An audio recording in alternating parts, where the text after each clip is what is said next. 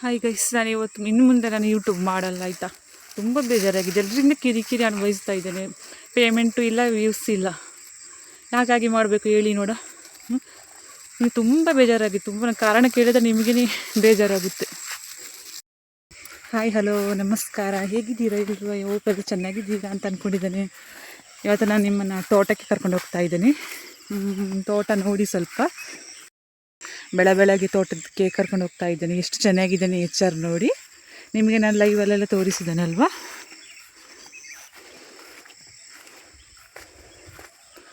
ನೋಡಿ ಕರಿ ಮುಗಿಲು ಯಾವ ಥರ ಕಾಣಿಸ್ತಾ ಇದೆ. ನಿನ್ನೆ ತನಕ ಮಳೆ ಇಲ್ಲ, ಆಯ್ತು ಇವತ್ತು ಮಳೆ ಬಂದಿದೆ. ರಾತ್ರಿ ಫುಲ್ ಮಳೆ ಬಂದಿದೆ. ನಾನು ನೋಡಿ ಒಂದು ಸುಂದರವಾದ ಪ್ಲೇಸಿಗೆ ಕರ್ಕೊಂಡು ಹೋಗ್ತಾ ಇದ್ದೇನೆ. ಸುಂದರವಾದ ನೋಟನೇ ಇದು, ಹಳ್ಳಿ ನೋಟ. ನಿನ್ನೆ ನಮ್ಮ ಮನೇಲಿ ನಾಟಿ ಕೆಲಸ ಆಯಿತು. ನಮ್ಮಪ್ಪ ಬಂದಿದ್ದರು ಮನೆಗೆ, ಅದರ ವಿಡಿಯೋ ಎಲ್ಲ ಇದೆ, ಎಡಿಟಿಂಗ್ ಮಾಡಿ ಹಾಕ್ತೀನಿ. ನಾಟಿ ಕೆಲಸ ಮತ್ತು ಪೈರು ಯಾವ ಥರ ತೆಗ್ದಿದ್ದು ಅಂತ. ಆದರೂ ನನಗೂ ಒಂದು ಈ ವಿಷಯನ ಹೇಳುವ ಅಂತ ಹೇಳಿ ಆಯಿತು, ಅದಕ್ಕೊಂದು ಸಣ್ಣದಾದ ವಿಡಿಯೋನ ಮಾಡ್ತಾಯಿದ್ದೇನೆ.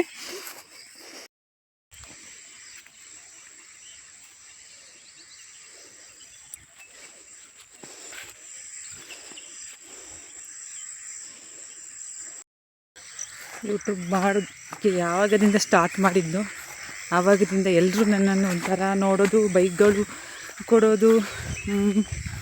ಎಲ್ಲಿ ಹೋದರೂ ಯಾರು ಕೂಡ ಸರಿಯಾಗಿ ಮಾತಾಡಿಸಲ್ಲ. ಅದರಲ್ಲಿ ತುಂಬ ಬೇಜಾರಾಗಿದೆ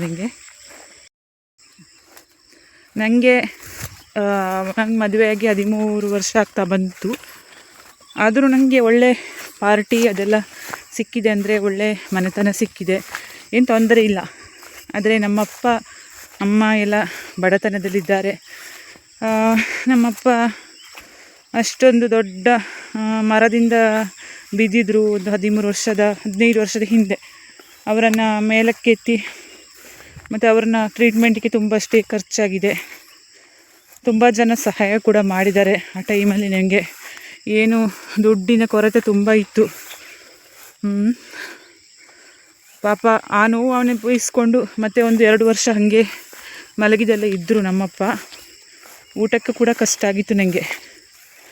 ಅದಕ್ಕೆ ನಾನು ಚೆನ್ನಾಗಿ ಓದ್ಬಿಟ್ಟು ಒಂದು ಕೆಲಸಕ್ಕೆ ಹೋಗೋಣ ಅಂತ ಆಯಿತು. ಕೆಲಸಕ್ಕೆ ಒಳ್ಳೆಯ ಮಾರ್ಕೇ ಬಂತು ನನಗೆ. ಆವಾಗ ಮುಂದಕ್ಕೆ ಓದಲಿಕ್ಕೆ ಹಣ ಇಲ್ಲ. ಮತ್ತು ಏನು ಮಾಡೋದಪ್ಪ ಹೇಳಿದ್ರು, ಮುಂದಕ್ಕೆ ಓದಿಸ್ಲಿಕ್ಕೆ ನನಗೆ ಅಷ್ಟು ಹಣ ಇಲ್ಲಪ್ಪ. ಇನ್ನು ಯಾವುದಾದ್ರೂ ಪಾರ್ಟಿ ಬಂದರೆ ಮದುವೆ ಮಾಡಿಕೊಡೋಣ ಅಂತಾಗಿ ಮದುವೆ ಮಾಡಿಕೊಟ್ರು. ಅವರು ನಮ್ಮ ಹಸ್ಬೆಂಡ್ ಹೇಳಿದರು, ನೀನು ಆಲ್ರೆಡಿ ಈಗಲೇ ತುಂಬ ಕಷ್ಟಪಟ್ಟಿದ್ಯಾ, ಯಾಕೆ ಬೇರೆಯವರ ಕಂಪನಿ ಇದಕ್ಕೆಲ್ಲ ಹೋಗಿ ಕೆಲಸ ಮಾಡ್ತೀಯ, ಬೇಡ, ನಿನಗೆ ಏನು ಬೇಕು ಅದು ನಾನು ನಿನಗೆ ಕೊಡ್ತೀನಿ ಅಂತ ಹೇಳಿದರು. ಆಯಿತು ಅಂತೇಳಿ ಮದುವೆ ಆದ. ಈಗ ಇಲ್ಲಿವರೆಗೆ ನನಗೆ ಯಾವ ಕೊರತೆಯೂ ಇಲ್ಲ. ಆದರೂ ನನಗೆ ಒಂದು ಮನಸ್ಸಿನಲ್ಲಿ ಒಂದು ಏನು ಗೊತ್ತಾ, ಒಂಥರ ಬೇಜಾರು. ಓದಿದ್ದೇನಲ್ವಾ, ನನ್ನ ಅಪ್ಪ ಅಮ್ಮನಿಗೋಸ್ಕರ ಏನಾದರೂ ನಾನು ಡೆಡಿಕೇಟ್ ಮಾಡಬೇಕು ಅಂತ ಯೂಟ್ಯೂಬ್ ಚಾನಲ್ ಸ್ಟಾರ್ಟ್ ಮಾಡಿದೆ.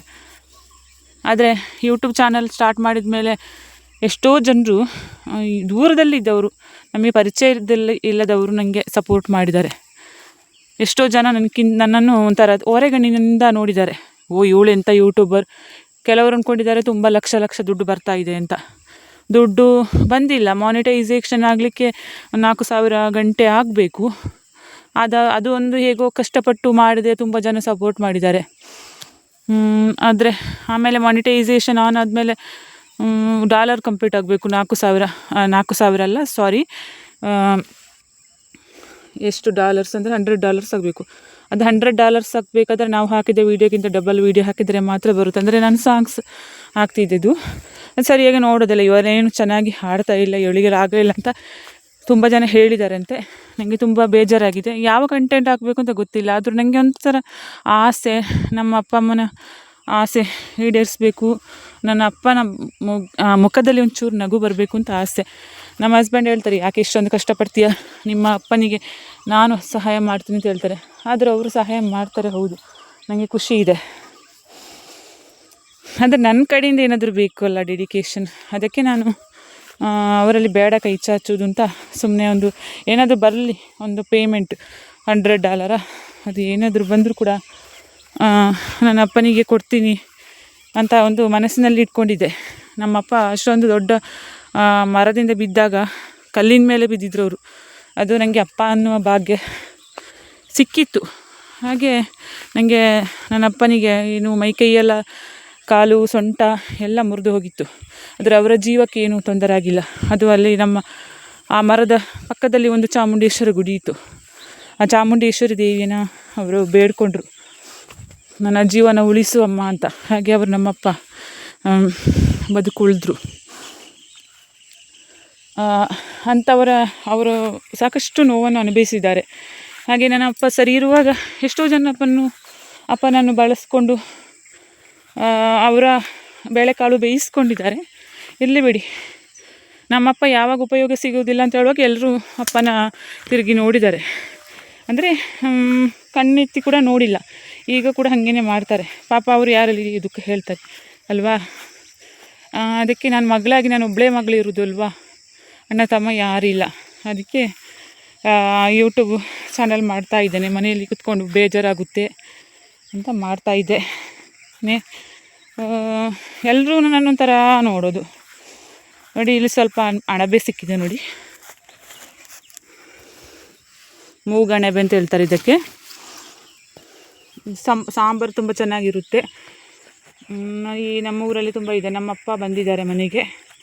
ಇವರ ಅಪ್ಪ ಇವತ್ತು ಹೋಗ್ತಾರೆ. 3 ದಿವಸ ಇದ್ದರು. ನಾಟಿ ಕೆಲಸ, ಪೈರು ಕೆಲಸ ಎಲ್ಲ ಮುಗಿಸ್ಕೊಂಡು ಇವತ್ತು ಹೋಗ್ತಾರೆ. ಬರದೆ 3 ವರ್ಷ ಆಗಿತ್ತು. ಯಾಕೆಂದರೆ ಅಮ್ಮ ಒಬ್ಬರೇ ಇರೋದು. ಅಮ್ಮನ ಬಿಟ್ಟು ಬರೋಕ್ಕೆ ಅವರಿಗೆ ಭಯ. ಅಕ್ಕಪಕ್ಕದವರು ಎಲ್ಲ ಯಾರು ಕರೆದ್ರೂ ಏನು ಕೇಳಿದ್ರು ಕೇಳಿಸಲ್ಲ ಅಲ್ಲಿ ಮನೆಗೆ. ಆನೆಗಳ ಹಾವಳಿ, ನೆಕ್ಸ್ಟ್ ಇದು ಚಿರತೆ ಅದೆಲ್ಲ ಇದ್ದಾವೆ. ನಮ್ಮ ಮನೇಲಿ 1-2-3 ನಾಯಿಗಳು ಇದ್ದಾವೆ ನಮ್ಮಮ್ಮನ ಮನೇಲಿ. ಅದೊಂದು ಇದ್ದ ಕಾರಣ ಅಮ್ಮನಿಗೆ ಧೈರ್ಯ, ಹೇಗಾದರೂ ಬಾಪ ಅಂತೇಳಿ ಕರೆದ. ನನ್ನ ಅಪ್ಪ ಬಂದು 1-2 ದಿವಸ ಕಷ್ಟದಲ್ಲಿ ನಿಂತಿದ್ದಾರೆ. ಅಪ್ಪನ ವೀಡಿಯೋ ಇದೆ, ನಾನು ಆ ನಾಟಿ ಮಾಡೋ ವೀಡಿಯೋದಲ್ಲಿ ತೋರಿಸ್ತೇನೆ ಆಯಿತಾ. ತುಂಬ ನನ್ನ ಮನಸ್ಸಿನಲ್ಲಿದ್ದ ಕಷ್ಟ ದೇವರಿಗೆ ನಾನು ಮುಖ ತೋರಿಸ್ಕೊಂಡು ವೀಡಿಯೋ ಮಾಡಿಲ್ಲ. ಯಾಕೆಂದರೆ ದುಃಖ ಬರುವಾಗ ಮುಖದ ಲಕ್ಷಣ ಎಲ್ಲ ಹೇಗಾಗುತ್ತೆ. ನಾವೆಲ್ಲ ಮೇಕಪ್ ಎಲ್ಲ ಮಾಡೋದಿಲ್ಲ, ಹಳ್ಳಿಯಲ್ಲಿದ್ದವರಲ್ಲ. ಹಾಗೆ ನೋಡಿ, ಇನ್ನೊಂದು ಅಣಬೆ ಸಿಕ್ಕಿದೆ. ವಿಡಿಯೋ ಇಷ್ಟ ಆದರೆ ಕಮೆಂಟ್ ಮಾಡಿ.